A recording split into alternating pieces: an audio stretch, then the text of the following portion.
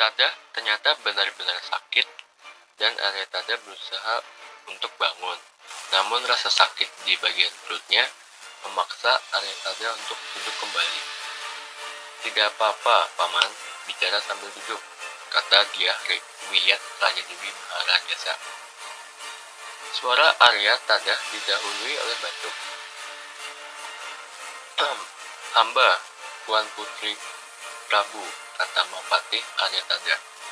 Bukan hanya karena usia dan kesehatan saya, tetapi di masa depan kita membutuhkan tangan yang lebih kuat dan orang-orang yang dapat bekerja keras untuk kemakmuran dan kejayaan Majapahit.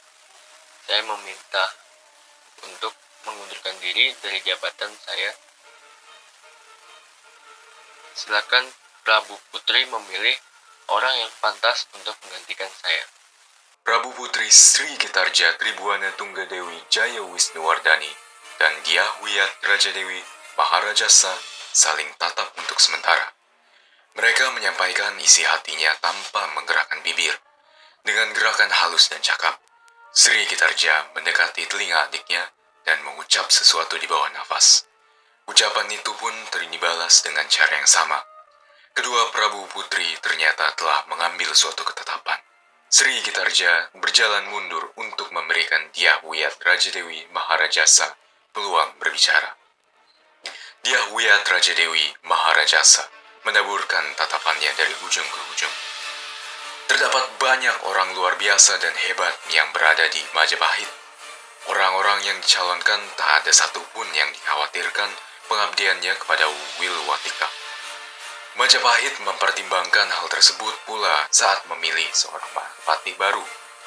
Yang akan diamanatkan menjadi Mahapatih haruslah orang yang luar biasa, orang yang bertekad kuat, menjadi hening suara di Pasewakan. Semua mendengarkan apa yang dikatakan Prabu Putri Dyah Wiyat Raja Dewi Maharajasa. Sampai-sampai jika ada yang batuk, akan diingatkan oleh orang di sebelahnya untuk meredam batuk tersebut.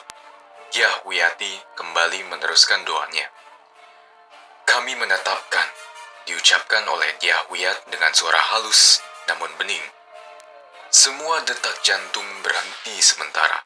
Tak ada orang yang biarkan detak jantungnya terdengar demi mendengarkan dengan jelas siapakah nama yang akan diucap oleh Dyah Wiyat Raja Dewi Maharajasa.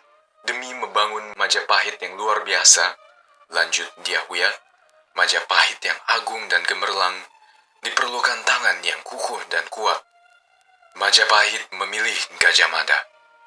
Mula-mula halus goyangan tersebut.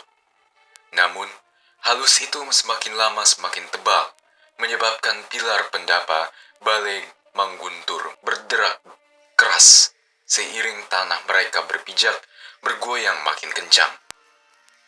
Penyebutan nama Gajah Mada menyebabkan mereka diam dalam sejenak. Namun, hening tersebut lama-kelamaan berubah menjadi hingar-bingar diisi tepuk tangan yang diawali oleh Bayangkara Kendit Gali. Menjadi pucat raut wajah Mahamentri Halu yang sebelumnya percaya bahwa ia yang akan dipilih menjadi Mahapatih.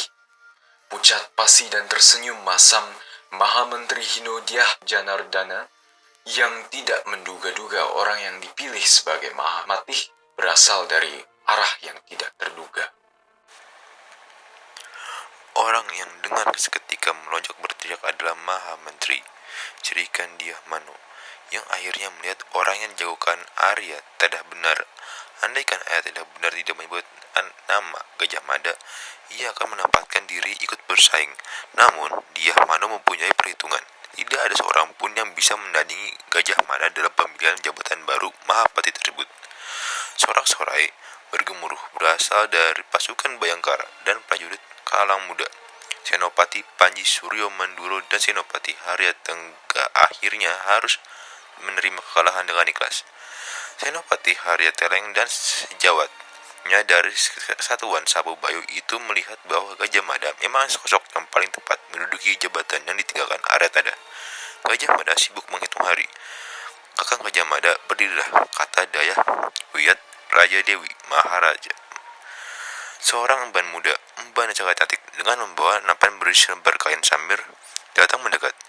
Gajah Mada berdiri dan melangkah menghadap Prabu Putri Diah Wijat Raja Dewi Maharajasa yang dengan senyum berseri menggalungkan sambil berwarna kuning. Sontak disambut tepuk tangan bergemuruh. Penobatan yang dilakukan dengan mendadak itu. Tidak segera laut bertepuk tangan, itu yang masih menggema. Sebagaimana tak segera laut kekagetan semua pihak yang tidak pernah mengira Gajah Mada yang akhirnya terpilih menggantikan Aratada. Mantan Mahapati Aratada tersenyum senang dan tidak segera menghentikan tepuk tangannya. Di tempatnya duduk bersila, Mahamentri Sirikan Diah Mano juga terus bertepuk tangan. Satu-satunya orang yang pucat pasi dengan keringat dingin yang membasahi tubuhnya adalah anak Raja Pamelekahan, Prakembar.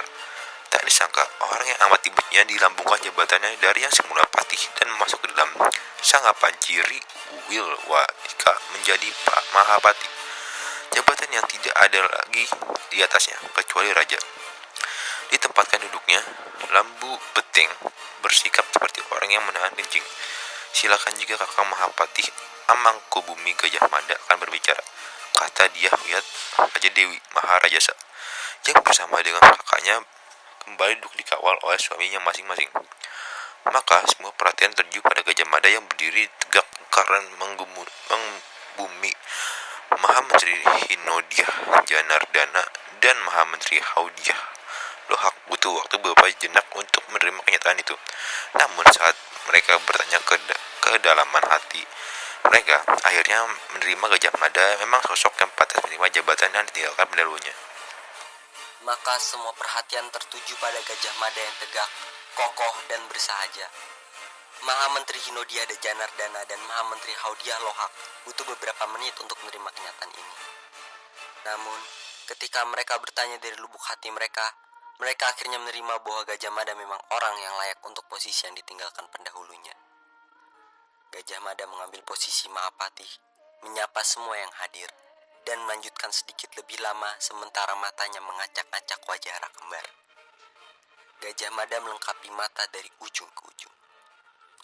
Majapahit masa depan harus menjadi Majapahit yang hebat, kata Mahapati Gajah Mada dan memulai sesorak. Kebesaran hanya dapat dicapai melalui dua hal, satu dan kesatuan. Setiap orang harus bersatu dan merasa menjadi bagian dari Yang Esa. Sampai saat itu, Majapahit harus dapat menyatukan dan mempersatukan bangsa. Oleh karena itu, ke depan, Majapahit akan mengundang tanah dari Oning di ujung timur sampai Tumasek di ujung barat. Dan jika perlu menjadi bagian yang tidak terpisahkan dari kesatuan. Kita harus bisa menjadi dan bersatu dalam persatuan dan kesatuan di bawah bendera Gula Kelapa, di bawah panji syukuran Majapahit. Diam, semua orang mendengarkan Gajah Mada.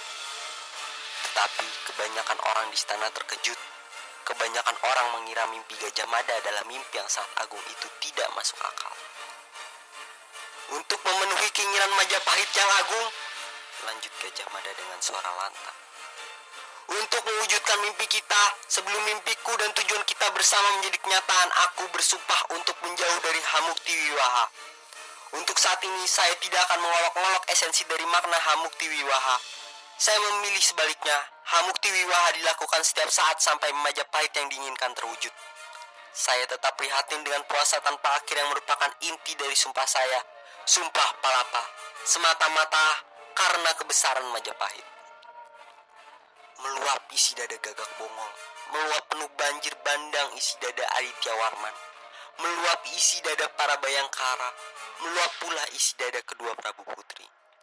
Dipenuhi semangat yang berkobar-kobar, maka kantar-kantar yang diucapkan oleh Gajah Mada. Aku bersumpah tidak akan beristirahat, Gajah Mada berteriak. Lamun hunus kalah Nusantara ingsun Amukti Palapa, lamun kalah Ring Gurun, Ring Seram, Tanjung Pura, Ring Haru, Ring Pahang, Dompo, Ring Bali, Sunda, Palembang, samana ingsun Amukti Palapa. Balai Manguntur pendopo diam-diam mendengar sumpah saksi. Terik matahari pun menggila. Sumpah itu terlalu mengerikan untuk teman-teman Gajah Mada karena butuh begitu banyak usaha untuk menjadi kenyataan. Namun, orang-orang seperti Gagak Bangol, Aditya Warman, dan bahkan Pancaksara yang memahami pemikiran Gajah Mada dapat memahami dan menganggapnya sangat masuk akal. Tidak tahan, kembar menahan tawanya sambil memegang perut dia. Rak kembar mengajak Jabung Tarawes, mengajak Banyak, Warak, dan bahkan memancing Arya Tadah juga buat tertawa. Namun, hanya mereka yang tertawa. Orang-orang masih terpukau dengan tanda sumpah sakti yang dilontarkan Gajah Mada. Sumpah yang pantas disebut ngawur. Saya tidak tahu bagaimana Gajah Mada bisa tahan. Gajah Mada menatap Warak. Warak terkejut hingga terdiam. Gajah Mada menatap Lembu Peteng. Sapi Peteng langsung berhenti tertawa. Banyak dan Jabung Tarawes dengan gugup menyembunyikan wajah mereka. Hanya si kembar yang masih tersenyum. Dia tidak peduli bahkan ketika Gajah Mada menatapnya sampai bola matanya terlihat. Sumpah itu benar. Baguslah Majapahit memiliki Mahapatih yang penuh semangat. Semangat boleh saja, asal masuk akal. Gajah Mada kesal. Yang tidak setuju dengan sumpahku, ayo ke alun-alun. Kalau bisa mengalahkan Gajah Mada, posisi Mahapatih akan menjadi hakmu, teriak Gajah Mada. Mahapatih Gajah Mada berbalik dan mendekati Balai Witana. Mahapatih Gajah Mada berlutut untuk berdoa. Mahapatih Gajah Mada kesal karena Arya Tadah juga mengejek sumpahnya. Lalu melangkah ke alun-alun. Yang kemudian merasa bingung adalah si kembar yang menerima tantangan itu. Si kembar tiba-tiba pucat dan keriput. Si kembar memandang Banyak dan Warak. Mereka tampak bingung. Namun, semua mata tertuju pada kembar.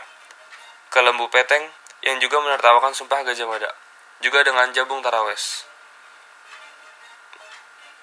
Pada akhirnya, si kembar tidak punya pilihan lain. Dia mengangkat kakinya dan mulai berjalan.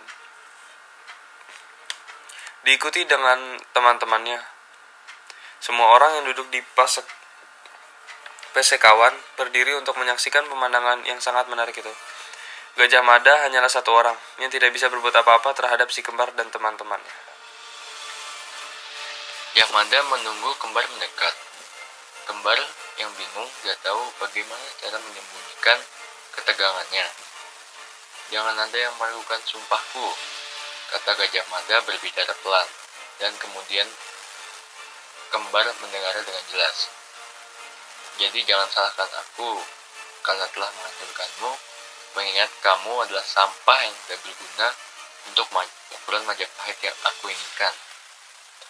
Kemudian kembar menghunus belatinya. Gajah Mada tidak keberatan menghadapi apa yang dilakukan si kembar.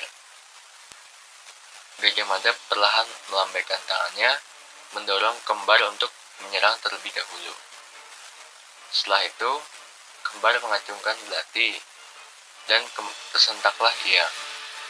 Namun Mahapatih Gajah Mada yang sangat gesit menghindarinya dengan mengayunkan tangannya dan menyerangnya secara bersamaan, menyebabkan kembar kehilangan senjatanya. Gajah Mada adalah seorang pejuang dengan kemampuan menakutkan dalam melawan musuh-musuhnya. Gajah Mada berhasil menyebak kepala rak kembar dengan jentikan pergelangan tangannya. Benturan kuat tersebut mematahkan lehernya. Banyak dan Warak berikutnya. Betapa miringnya kedua prajurit itu ketika mereka melihat kembar mati dalam waktu yang begitu singkat. Majulah, tantang Gajah Mada, yang membuat Banyak dan Warak bingung untuk mengambil sikap.